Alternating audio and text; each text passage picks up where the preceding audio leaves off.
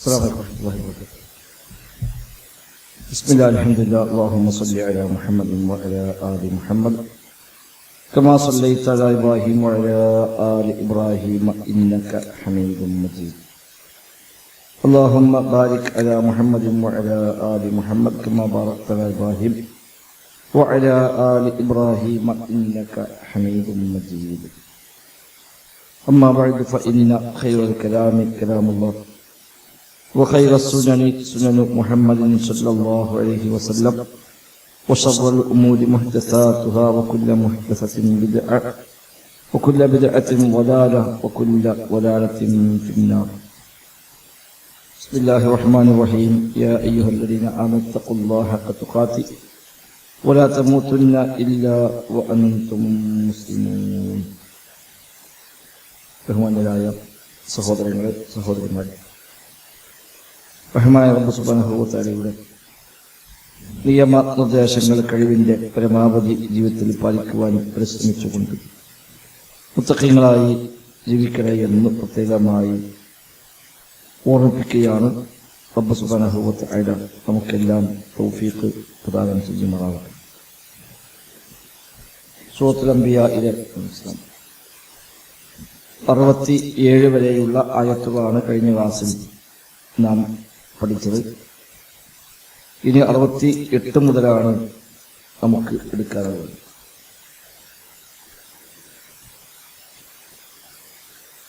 أعوذ بالله من الشيطان الرجيم. بسم الله الرحمن الرحيم.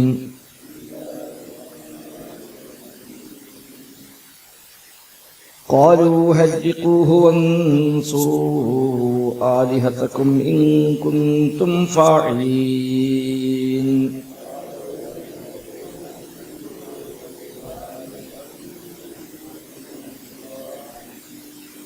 قلنا يا نار كوني بردا وسلاما على إبراهيم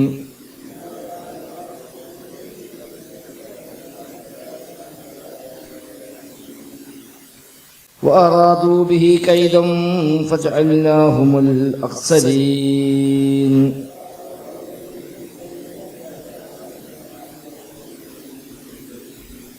ونجيناه ولوطا إلى الأرض التي باركنا فيها للعالمين.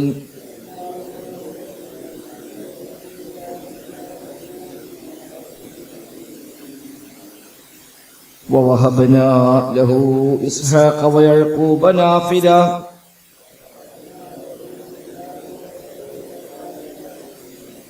وكلا جعلنا صالحين.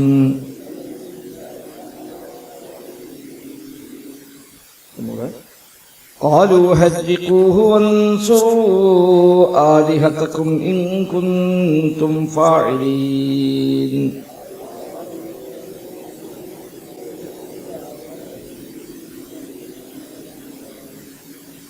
قلنا يا نار كوني بردا وسلاما على إبراهيم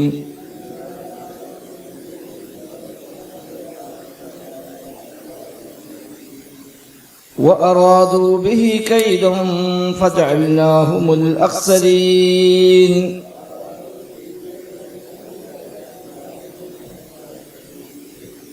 ونجيناه ولوطا إلى الأرض التي باركنا فيها للعالمين.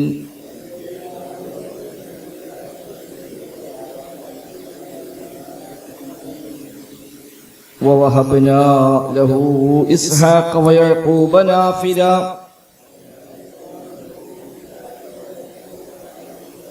وكلا جعلنا صالحين.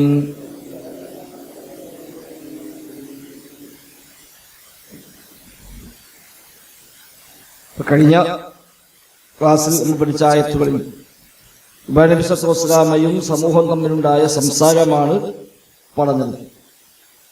വിഗ്രഹാരാധനയുടെ മൗഢ്യത അദ്ദേഹം ബോധ്യപ്പെടുത്തുകയും അവക്ക് കാണാനോ കേൾക്കാനോ ഉപകാരം ചെയ്യാനോ ഉപദ്രവം തടയാനോ ഒന്നും സാധ്യമല്ല എന്ന് അദ്ദേഹം പ്രവൃത്തിപഥത്തിലൂടെ അവരെ ബോധ്യപ്പെടുത്തി കൊടുക്കുകയും ചെയ്തു. അത് അവർ തന്നെ സമ്മതിക്കുകയും ചെയ്തു. സംസാരിക്കാൻ കഴിയില്ല എന്നുള്ളത് അവർ തന്നെ സമ്മതിക്കുകയും ചെയ്തു. അപ്പൊ അദ്ദേഹം ചോദിച്ചു, ഉപകാരമോ ഉപദ്രവമോ ഉടമപ്പെടുത്താത്തതിനെയാണോ നിങ്ങൾ ആരാധിക്കുന്നത് എങ്കിൽ നിങ്ങൾക്ക് നഷ്ടം, നിങ്ങളും പടച്ചറബിന് പുറമെ ആരാധിക്കുന്ന ആരാധ്യന്മാർക്കുമെല്ലാം നാശം തന്നെയാകുന്നു. അഫലാ തഅഖിലൂൻ, എന്തേ നിങ്ങൾ ചിന്തിക്കുന്നില്ല എന്ന് അദ്ദേഹം അവരോട് ചോദിക്കുന്നു. അപ്പൊ അതിനവർക്ക് കൃത്യമായി മറുപടി ഒന്നും പറയാനില്ല. ഈ വിഗ്രഹങ്ങളൊക്കെ കേൾക്കുമെന്നോ കാണുമെന്നോ ഉപകാരം ചെയ്യുമെന്നോ ഉപദ്രവം തടയുമെന്നോ ഒന്നും പറയാൻ അവരെ കൊണ്ട് കഴിയില്ല. അതുകൊണ്ട് ഈ ചോദ്യങ്ങൾക്ക് മറുപടി ഇല്ലാതായപ്പോൾ പിന്നെ ഭീഷണിയാണ് അവരുടെ ഭാഗത്ത് നിന്ന് ഉണ്ടായത്. അതാണ് ഖാലു ഹർരിഖൂഹു വൻസുറു ആലിഹതക്കും ഇൻ കുൻതും ഫാഇലീൻ. ഖാലു, അവർ പറഞ്ഞു, അഥവാ അവർ തമ്മിൽ പറഞ്ഞതാണ്. ഹർരിഖൂഹു, നിങ്ങൾ അവനെ കരിച്ചു കളയുക. ഹർറഖ, കരിച്ചു എന്നാണ്, കത്തിച്ചു, കരിച്ചു. ഹർറഖ അതിന്റെ അമ്രാണ് ഹർരിഖ്. ഹർറഖ ഹർരിഖ്. ഹർരിഖൂഹു, നിങ്ങൾ അവനെ കരിച്ചു കളയുക. വൻസുറു ആലിഹതക്കും, അങ്ങനെ നിങ്ങളെ ഇലാഹുകളെ നിങ്ങൾ സഹായിക്കുകയും ചെയ്യുക. ഇൻ കുൻതും ഫാഇലീൻ, നിങ്ങൾ ചെയ്യുന്നുവെങ്കിൽ അതാണ് നിങ്ങൾ ചെയ്യേണ്ടത്. ഇനി ഓനെ വെറുതെ വിടാൻ പറ്റൂല. അതുകൊണ്ട് നമ്മൾ ഇലാഹുകളെ നമുക്ക് സഹായിക്കണം. അതിന് ഇവനെ നമ്മൾ കത്തിച്ചു കളയാണ് വേണ്ടത്. ഖാലു ഹർരിഖൂഹു, അവർക്ക് ന്യായങ്ങളൊന്നുമില്ല. ഈ ന്യായവും തെളിവൊന്നും പറയാനില്ല. ഇമാം ഖുർത്തുബി റഹിമഹുല്ലാഹ് പറയുന്നത്, ലമ്മൻ ഖതഉ ബിൽ ഹുജ്ജ അഖലതുഹും ഇസ്സത്തുൻ ബി ഇസ്മിൻ വൻസറഫു യാ തരീഖിൽ വസ്മി വൽ വലബതി എന്നാണ്. അവർക്ക് ന്യായം അടഞ്ഞു, തെളിവ് മുട്ടി, ഒന്നും പറയാനില്ല. ചോദിച്ച ചോദ്യങ്ങൾക്ക് കൃത്യമായ മറുപടി പറയാൻ ന്യായങ്ങളില്ലാതായി വന്നപ്പോൾ പിന്നെ അവർക്കൊരു പിന്നെ അവരുടെ ദുരഭിമാനം അവരെ പിടികൂടുകയും ഇനി അവനെ ഊക്കുകൊണ്ടല്ലാതെ കീഴ്പ്പെടുത്താൻ അല്ലെങ്കിൽ അവനെ തോൽപ്പിക്കാൻ കഴിയില്ല എന്ന് മനസ്സിലാവുകയും ചെയ്തപ്പോഴാണ് അവർ ഈ ഒരു രീതി പറഞ്ഞത് എന്നാണ്. ഇനി അവനെ നമുക്ക് കത്തിച്ച് കരിച്ച് ഇല്ലാതാക്കി കളയാം. എന്തിന്? വൻസുറു ആലിഹതക്കും, ഇലാഹുകളെ സഹായിക്കാം. ഇലാഹുകൾക്ക് എന്തിനാണ്? നിങ്ങളുടെ സഹായം കിട്ടാനാണ്. ഇതിപ്പോ നിങ്ങളുടെ സഹായം കിട്ടില്ല എന്ന് മാത്രമല്ല, ഇലാഹിനെ സഹായിക്കണം. കാരണം ഇപ്പൊ ഇവിടെ വാക്കിയിട്ടുണ്ടെങ്കിൽ നമ്മുടെ ഇലാഹുകൾക്ക് അതൊരു ഭീഷണിയാണ്. അപ്പൊ ഇലാഹിനെ സഹായിക്കണം, അതിന് ഇവനെ ഇല്ലാതാക്കണം എന്നാണ് അവരവിടെ എടുത്ത തീരുമാനം. വൻസുറു ആലിഹതക്കും, ഇതോടുകൂടി നമ്മൾ ഇലാഹുകൾക്കൊരു സഹായമായിക്കൊള്ളും. അങ്ങനെ ഇലാഹിനെ സഹായിക്കാൻ വേണ്ടി നമുക്ക് അവനെ കരിച്ചു കളയാം എന്നവർ ചർച്ച ചെയ്ത് വന്നു. ഇൻ കുൻതും ഫാഇലീൻ, നിങ്ങൾ ചെയ്യുന്നുവെങ്കിൽ അതാണ് ചെയ്യേണ്ടത്. വേറെ ഓരോട് വർത്തമാനം പറ്റുന്ന കാര്യമില്ല, ഓരോട് ചെയ്യാൻ പറ്റുന്ന ഇതാണ് എന്ന് അവിടെ അഭിപ്രായം വരികയും ആ അഭിപ്രായം അവിടെ അംഗീകരിക്കപ്പെടുകയും ചെയ്തുവെന്നാണ്. ഓരൊക്കെ കൂടി അത് അംഗീകാരമായി, എല്ലാവരും അതിൽ ഇത്തിഫാഖായി. അങ്ങനെയാണ് ഇബ്രാഹിം നബി ഇസ്ലാമയെ തീയിലേക്ക് തീരുമാനമുണ്ടാവുകയും ജനകീയമായി തന്നെ അവർ അതിനു വേണ്ടി ഒരുങ്ങുകയും ചെയ്തു എന്നാണ്. വളരെ വലിയ രൂപത്തിൽ വിറകുകളെല്ലാം ശേഖരിച്ചുകൊണ്ട് ഒരു മാസക്കാലം അവർ വിറക് ശേഖരിച്ചു എന്നൊക്കെ തഫ്സീറുകളിൽ ചർച്ചകൾ കാണുന്നു. അല്ലാഹു എല്ലാവരും എല്ലാ കുടുംബത്തിൽ നിന്നും അവരുടെ വക കഴിവനുസരിച്ച് എല്ലാവരും അതിലേക്ക് വിറകൊക്കെ കൊണ്ടുവന്ന് അതിന് വലിയ ഒരു ഭീമാകാരമായ വിറകിന്റെ ഒരു കൂട്ടവരുണ്ടാക്കുകയും എന്നിട്ട് അതിൽ കത്തിച്ച് അതൊരു വലിയ തീയാക്കി മാറ്റുകയും ചെയ്തു എന്നാണ് തഫ്സീറുകൾക്ക് കാണാം. ആകാശത്തൂടെ അതിന് മേൽഭാഗത്തുകൂടെ പക്ഷികൾക്ക് പോലും പറക്കാനാവാത്ത വിധമുള്ള ചൂട്, അത്രയേറെ ഉയരത്തിലേക്ക് ചൂടെത്തുമാറുള്ള വിറകിന്റെ കൂമ്പാരമാണ് അവിടെ കൂട്ടിയത് എന്നും ഇബ്രാഹിം നബി ഇസ്ലാമയെ അവര് വിവസ്ത്രരാക്കി കൈകാലുകൾ ബന്ധിച്ചുകൊണ്ടാണ് അതിലേക്ക് എറിഞ്ഞത് എന്നൊക്കെ ചർച്ചകൾ കാണാൻ കഴിയുന്നു. അല്ലാഹു അഅലം. പക്ഷേ ഖുൽനാ യാ നാറു കൂനി ബർദൻ വസലാമൻ അലാ ഇബ്രാഹിം. ഖുൽനാ, നാം പറഞ്ഞു, യാ നാറു, അല്ലയോ തീ, കൂനി ബർദൻ വസലാമ, നീ തണുപ്പും രക്ഷയുമായി മാറണം. അലാ ഇബ്രാഹിം, ഇബ്രാഹിമിന് നീ തണുപ്പായും രക്ഷയായും മാറണമെന്ന് അല്ലാഹു സുബ്ഹാനഹു വ തആല തീയിനോട് ആഹ്വാനം ചെയ്യുന്നത്. തീ അല്ലാഹുവിന്റെ സൃഷ്ടിയാണ്, ഇബ്രാഹിം നബിയും അല്ലാഹുവിന്റെ സൃഷ്ടിയാണ്, ആ വിറകും അല്ലാഹുവിന്റെ സൃഷ്ടിയാണ്.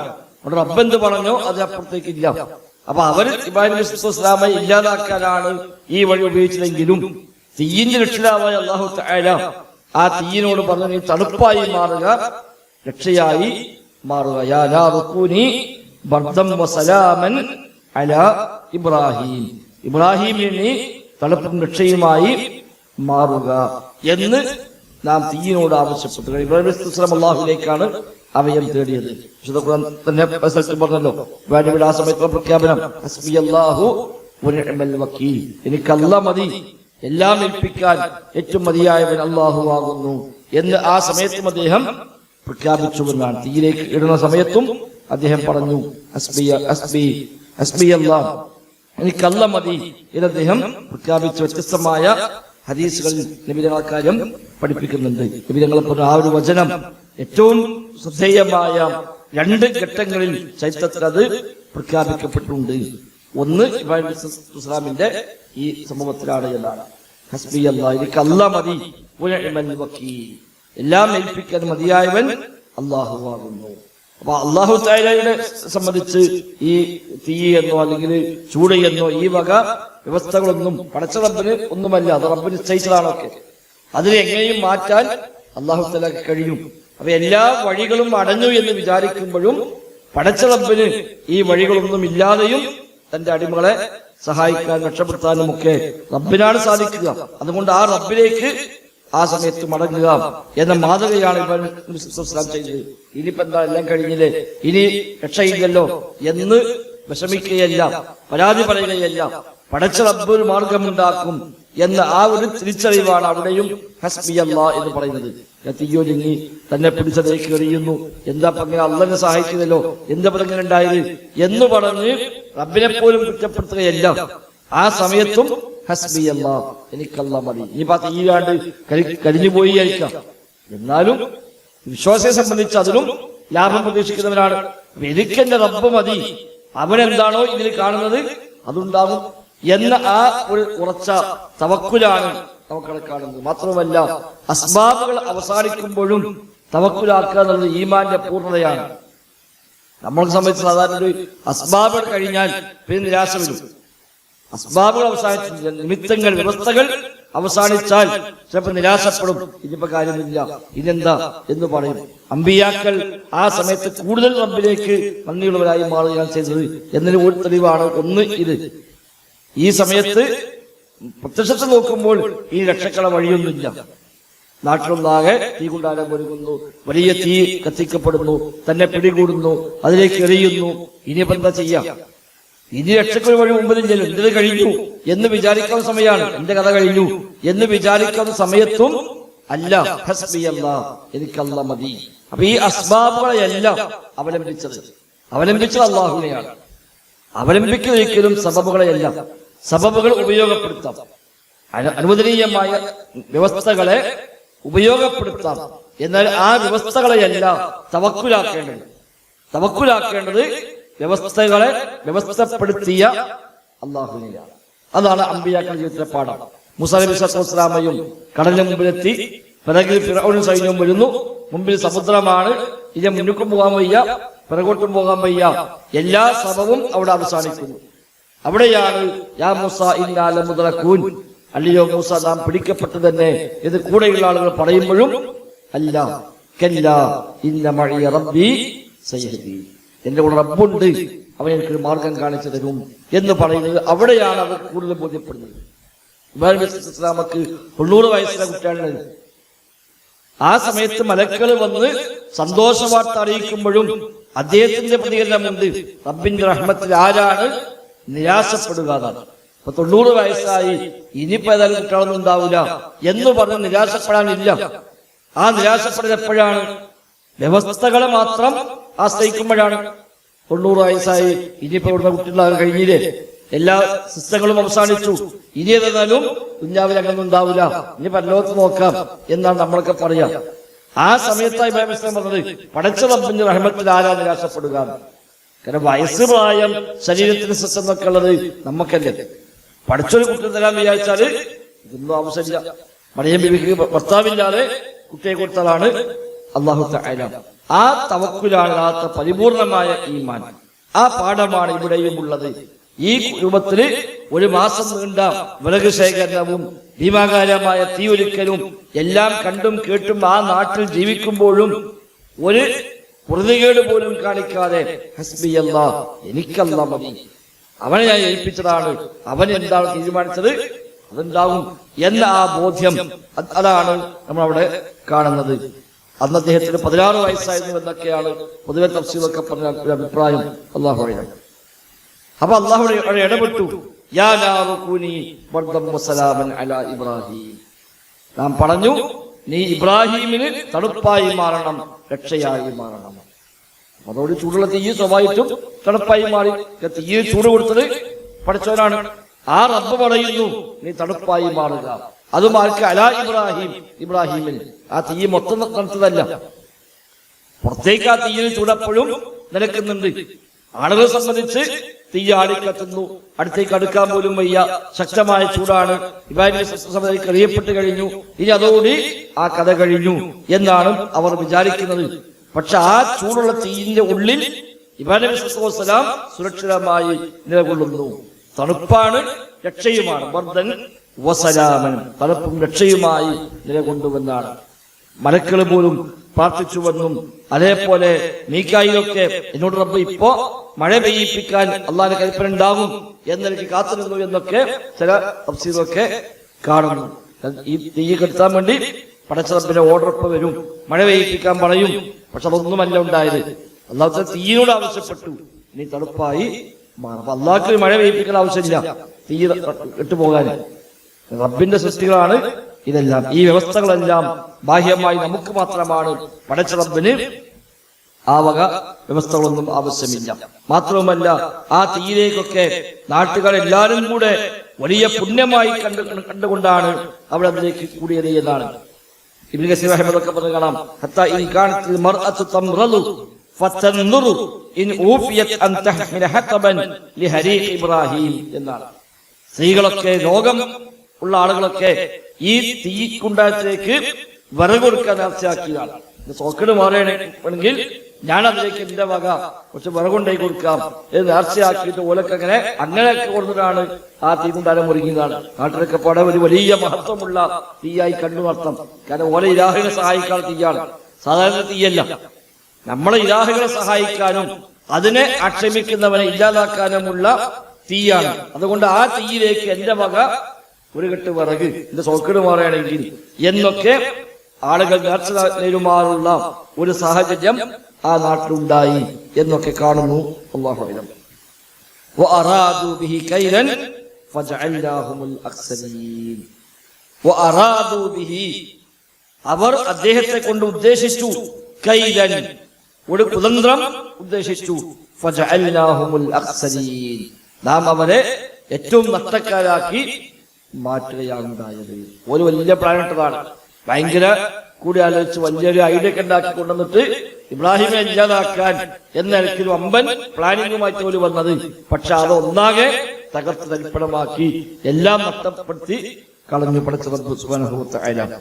വനജ്ജൈനാഹു വലൂതൻ എന്ന് മാത്രമല്ല, വനജ്ജൈനാഹു, അദ്ദേഹത്തെ നാം രക്ഷപ്പെടുത്തി, വലൂതൻ, ലൂത്തിനെയും നാം രക്ഷപ്പെടുത്തി, ഇലൽ അർദില്ലത്തി ബാറക്നാ ഫീഹാ ലിൽ ആലമീൻ, ലോകർക്കായി നാം അനുഗ്രഹം ചൊരിഞ്ഞ നാട്ടിലേക്ക് അദ്ദേഹത്തെ ലൂത്തിനെയും നാം രക്ഷപ്പെടുത്തുകയും ചെയ്തു. വനജ്ജൈനാഹു, ഇബ്രാഹിം ഇസ്ലാമിനെ രക്ഷപ്പെടുത്തി, വലൂതൻ, ലൂത്തിനെയും, ഇലൽ അർദി, ഒരു നാട്ടിലേക്ക് നാം രക്ഷപ്പെടുത്തി, അല്ലത്തി ബാറക്നാ ഫീഹാ, ആ നാട്ടിൽ നാം ബറക്കത്ത് ചൊരിഞ്ഞിരിക്കുന്നു, അങ്ങനെയുള്ള നാട്ടിലേക്ക് രക്ഷപ്പെടുത്തി, ലിൽ ആലമീൻ, ലോകർക്ക് വേണ്ടി നാം ബറക്കത്ത് ചൊരിഞ്ഞ ഒരു നാട്, ആ നാട്ടിലേക്ക് നാം അദ്ദേഹത്തെയും ലൂത്തിനെയും രക്ഷപ്പെടുത്തി. അദ്ദേഹം ഇറാഖിലായിരുന്നു. ഇറാഖിൽ നിന്ന് സിറിയയിലേക്ക്, ഷാമിലേക്ക് അദ്ദേഹം പിന്നീട് ഹിജറ പോയി. അതാണ് ഇവിടെ ഉദ്ദേശിച്ച നാട് എന്നാണ് എല്ലാവരും അഭിപ്രായപ്പെട്ടു കാണുന്നത്. ആ സിറിയയിലേക്ക് അദ്ദേഹവും ലൂത്ത് ഇസ്ലാമയും കൂടെ ഹിജ്റ പോവുകയും അവിടെ അവർക്ക് സുരക്ഷിതമായി ജീവിക്കാവുന്ന സാഹചര്യം നാം നൽകുകയും ചെയ്തു എന്നാണ്. അവിടെ ബാറക്കിന ബർക്കത്ത് ചൊരിഞ്ഞു എന്ന് പറഞ്ഞാൽ അള്ളാഹു വ്യത്യസ്തമായ ഗുണങ്ങൾ, ഫലവർഗങ്ങൾ എല്ലാം നൽകി അനുഗ്രഹിച്ച നാട് എന്ന നിലക്കാണ് അവിടെ ബാറക്കിന ഫീഹ എന്ന് പ്രയോഗിക്കുന്നത്. ലിൽ ആലമീൻ വവഹബ്നാ ലഹു ഇസ്ഹാഖ വയഅഖൂബ നാഫില.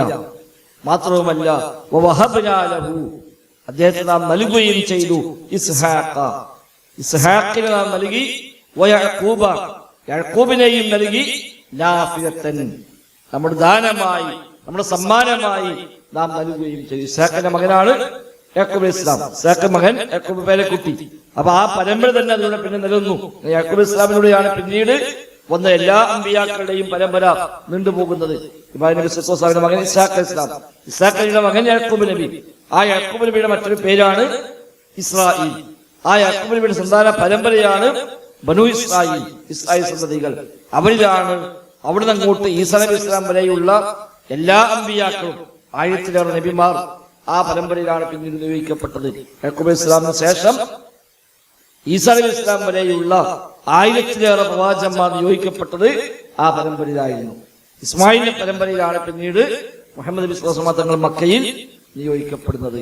അപ്പൊ ആ ഒരു അള്ളാഹുവിന്റെ ഔദാര്യം ഒരു തീയിലേക്കിട്ടതോടി കഴിഞ്ഞു എന്ന് വിചാരിച്ച് അവരെല്ലാം നശിപ്പിക്കാൻ ശ്രമിച്ച ഒരു മനുഷ്യനെ പടച്ച റബ്ബ് അംഗീകരിച്ചതിന്റെ വല്ലാത്തൊരു നേർക്കാഴ്ച. തീയിന്ന് രക്ഷപ്പെട്ടത് മാത്രമല്ല, പിന്നീട് അദ്ദേഹത്തിന് സുരക്ഷിതമായ നാട്ടിലേക്ക് ഹിജ്റ പോയി, അദ്ദേഹത്തിന് അല്ലാഹു തആല മകനെ നൽകി, ആ ഒരു പേരക്കുട്ടികളുണ്ടായി.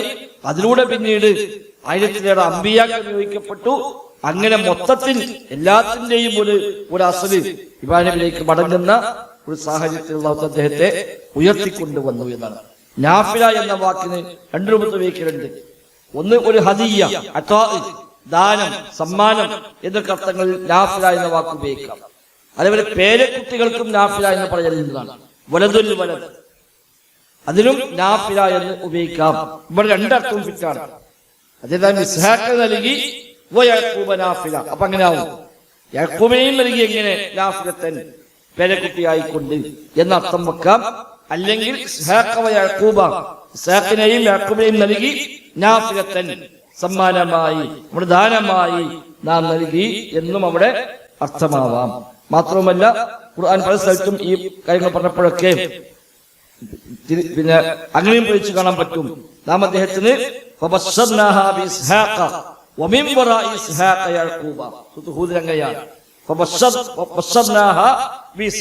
അവർക്ക് നാം ഇസ്ഹാഖിനെ സന്തോഷ വാർത്ത അറിയിച്ചു. ഇസ്ഹാഖിന് പിറകിൽ യാക്കൂബിനെയും എന്നും അല്ലാഹു തആല പ്രയോഗിച്ചത് കാണാൻ കഴിയുന്നുണ്ട്. ഏതാണെങ്കിലും ആ നിലയ്ക്ക് റബ്ബ് സുബ്ഹാനഹു വ തആല അവർക്ക് അനുഗ്രഹങ്ങൾ വാരിക്കോരി നൽകി എന്നർത്ഥം. അപ്പൊ എല്ലാം അവസാനിപ്പിക്കാനായി തീരുമാനിച്ച ആ സമൂഹത്തിൽ നിന്ന് അല്ലാഹു അദ്ദേഹത്തെ രക്ഷപ്പെടുത്തി എന്ന് മാത്രമല്ല, അവിടുന്ന് അങ്ങോട്ട് അദ്ദേഹത്തിലൂടെയാണ് പിന്നീട് ലോകത്തേക്ക് മുഴുവനും മുഹമ്മദ് നബി തങ്ങൾ വരെയുള്ള എല്ലാ അമ്പിയാക്കളും പിന്നെ ആ ഇബ്രാഹിം നബിയുടെ പിന്നെ സന്താന പരമ്പരയിൽ നിന്നാണ് വന്നത്. നബി തങ്ങൾ പറയുകയും ചെയ്തു, അബി ഇബ്രാഹിം, എന്റെ പിതാവായ ഇബ്രാഹിമിന്റെ പ്രാർത്ഥനാ ഫലമാകുന്നു ഞാൻ എന്ന് നബി തങ്ങൾ പറഞ്ഞ ഹദീസ് സ്വഹീഹായി വന്നിട്ടുണ്ട്. മാത്രം നമ്മളോടക്കം പറഞ്ഞത് ഇബ്രാഹിം നബിയുടെ മാതൃക പിൻപറ്റുവാനാണ്. നമ്മൾ പോലും പ്രാർത്ഥിക്കുന്നത് ഇബ്രാഹിം നബിക്ക് നീ ബർക്കത്ത് ചെയ്ത പോലെ മുഹമ്മദ് നബിക്ക് കുടുംബത്തിന് നീ ബർക്കത്ത് ചെയ്യണേ എന്നാണ്. മുസ്ലിമീൻ എന്ന പേര് പോലും ഇബ്രാഹിം നബി വെച്ച പേരാണ് എന്നും ഖിയാമത്ത് വരെ ആ ഇബ്രാഹിം നബിയുടെ മില്ലത്താണ് പിൻപറ്റാനുള്ളത് എന്നും ഇബ്രാഹിമിന്റെ മില്ലത്ത് നീ പിൻപറ്റണമെന്ന് അള്ളാഹു നബിയോട് പോലും ആവശ്യപ്പെടുകയും ചെയ്തതും ഹജ്ജും ഉംറയും അടക്കമുള്ള കർമ്മങ്ങളിൽ പോലും ഖിയാമത്ത് വരെ ഇബ്രാഹിം നബിയുടെ ആ ഒരു സ്മരണ അള്ളാഹു തആല ലോകത്ത് ഇവിടെ നിലനിർത്തുകയും ചെയ്തു. അപ്പൊ അവര് തീരുമാനിച്ചെന്താണ്, ഇവര് കരിച്ചു കളയാം, നമ്മുടെ ഇലാഹുകളെ സഹായിക്കാം. സംഭവിച്ചു തിരിച്ചാണ്. ആ ഇബ്രാഹിം നബി സ്വല്ലല്ലാഹു അലൈഹി വസല്ലം ഖിയാമത്ത് വരെ ഇവിടെ സ്മരിക്കപ്പെടുകയും ആ ഇലാഹുകൾ അതോടുകൂടി അവിടെ അവസാനിച്ചു പോവുകയുമാണ് ഉണ്ടായത്. പടച്ച റബ്ബിന്റെ ഇടപെടലുകൾ ഏത് വഴിക്കാണ് എങ്ങനെയാണ് എന്ന് നമുക്കും പറയാവതല്ല. നമ്മൾക്ക് വിചാരിക്കുന്ന അപ്പുറത്ത് അല്ലാഹു തആല അവനുദ്ദേശിക്കുന്ന ഒരു നിലക്ക് ഇടപെടുകയും കാര്യങ്ങളെ നിയന്ത്രിക്കുകയും ചെയ്യുന്നു എന്ന് ബോധ്യപ്പെടുന്ന സംഭവങ്ങളാണ് ഇതൊക്കെ. അല്ലാഹു അഅലം. بسم الله الرحمن الرحيم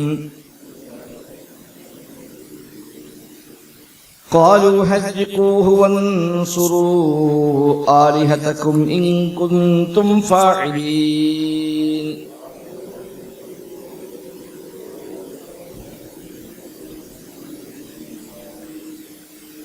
قلنا يا نار كوني بردا وسلاما على إبراهيم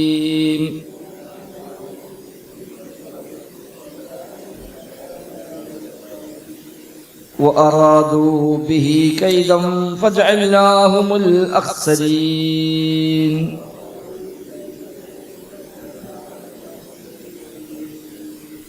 ونجيناه ولوطا إلى الأرض التي باركنا فيها للعالمين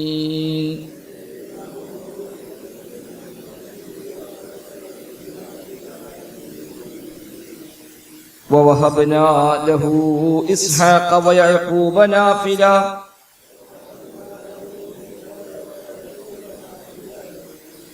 وكلا جعلنا صالحين